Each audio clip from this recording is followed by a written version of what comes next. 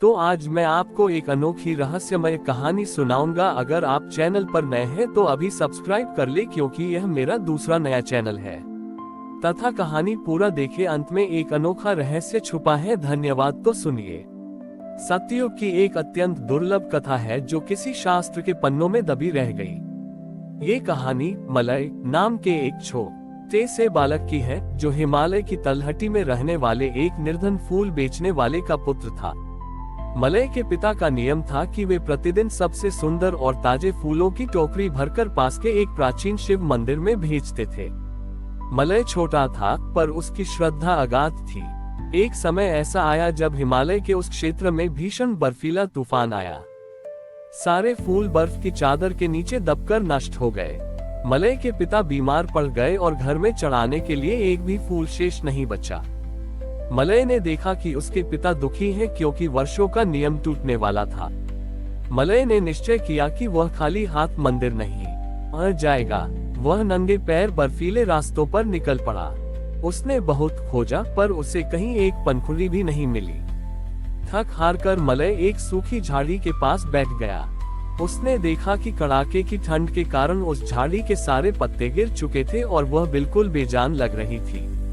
Malay को लगा कि जैसे ये झाड़ी प्यासी और दुखी है। उसने अपनी छोटे उटिया से थोड़ा सा गुनगुना पानी लाकर उस सूखी झाड़ी की जड़ों में डाल दिया और बड़े प्रेम से उससे सहलाया। मलय ने कहा, हे महादेव, मेरे पास आपको देने के लिए फूल नहीं है, पर इस सूखी झाड़ी में भी तो आप ही वास करते हैं। मैं इसकी सेवा को ही आपकी पूजा मान लेता हूँ। अगले दिन चमत्कार हुआ। जिस झाड़ी की मलय ने सेवा की थी, उस पर रातों रात बर्फ के बीच भी अद्भुत नीले रंग के बर्फीले फूल खिल उठे, जो दिखने में कांच की तरह चमक रहे थे। मलय खुशी खुशी उन फूलों को तोड़कर मंदिर ले गया। मंदिर के पुजारी ने जब उन दिव्य फूलों को देखा तो वे दंग रह गए। उन्होंने पूछा, बालक, ये फूल तो इस लोक के नहीं लगते, तुम इन्हें कहाँ से लाए? जैसे ही मलय ने वे फूल शिवलिंग पर अर्पित किए, पूरी मूर्ति से एक भीनी भीनी सुगंध आने लगी और मंदिर के भीतर एक अलौकिक संगीत गूंज उठा। साक्षात महादेव अपनी जटाओं से बर्फ झाड़ते हुए प्रकट हुए। उनके गले में सरप्राज भी उन नीले फूलों की आभा से चमक रहे थे।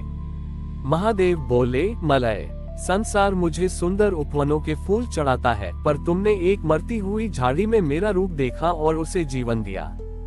जो जीव मात्र की सेवा करता है, उसके लिए मैं स्वयं मरुस्थल में भी फूल खिला देता हूँ। महादेव ने मलय को वरदान दिया कि उस वन में कभी फूलों की कमी नहीं होगी और वह स्थान नीलपुष्प धाम के नाम से जाना जाएगा। महादेव ने ये भी सिखाया कि सच्ची पूजा केवल पत्थर की मूर्ति पर फूल चढ़ाना नहीं, बल्कि प्रकृति के हर मुरझाए हुए अंश को प्रेम से सींचना है। आज भी माना जाता है कि जो भक्त निस्वार्थ भाव से छोटी सी असहाय जीव या पौधे की रक्षा करता है, महादेव उसके जीवन को इन्हीं दिव्य फूलों की तरह महका देते हैं। मलय की इस निस्वार्थ सेवा और महादेव के वरदान के बाद नीलपुष्प धाम की चर्चा पूरे आर्यावर्त में फैल गई। दूर दराज के राजा और सेठ अपने साथ सोने चांदी के कलश और बहुमूल्य रत्न लेकर उस स्थान पर आने लगे, ताकि वे भी उन दिव्य नीले फूलों को देख सकें।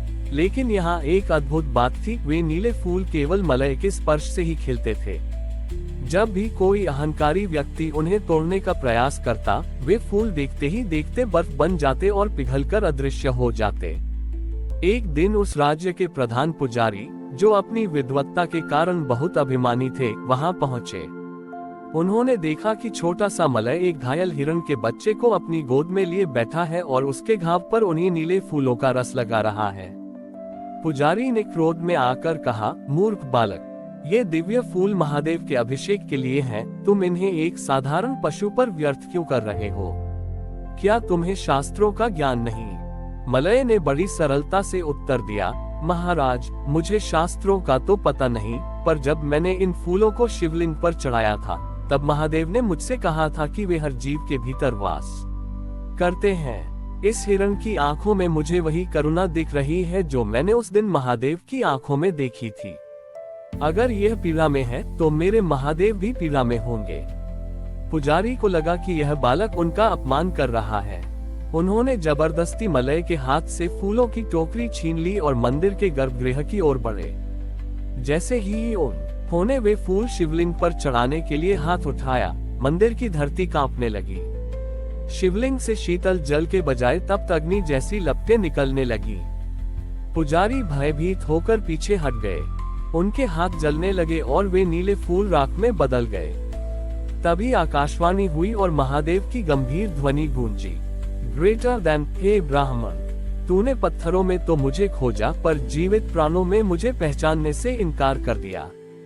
मलय के फूल इसलिए दिव्य हैं क्योंकि उनमें ममत्व है और तुम्हारे स्वर्ण पात्रों में केवल मद है।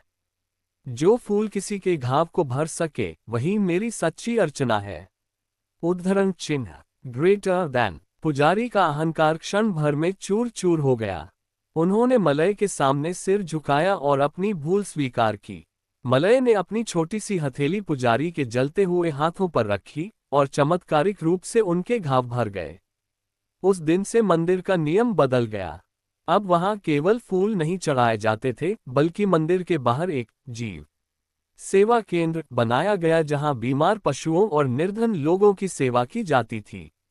महादेव ने मलय को एक और वरदान दिया कि वह जब तक जीवित रहेगा, उसकी वाणी में शिव का वास होगा और वह जो भी मंगल कामना करेगा, वह सत्य होगी। मलय ने कभी अपने लिए कुछ नहीं मांगा, वो बस यही कहता रहा, सबका कल्याण हो, क्योंकि सब में शिव है। आज भी नीलकंठ के पर्वतों में ये लोकगीत गाया जाता है कि शिव को प्रसन्न करने का सबसे छोटा मार्ग मंदिर की सीढ़ियां नहीं, बल्कि किसी दुखी हृदय तक पहुंचने वाला हाथ है। हमारी और भी आध्यात्मिक एवं अनोखी कहानियां देखने के लिए हमारे चैनल पर जाएं तथा धार्मिक एवं पौराणिक अनोखी कहानियां हमारे चैनल पर है। कृपया जाके देखें तथा हमारे चैनल को सब्सक्राइब करके रखें और वीडियो लाइक जरूर करें। धन्यवाद।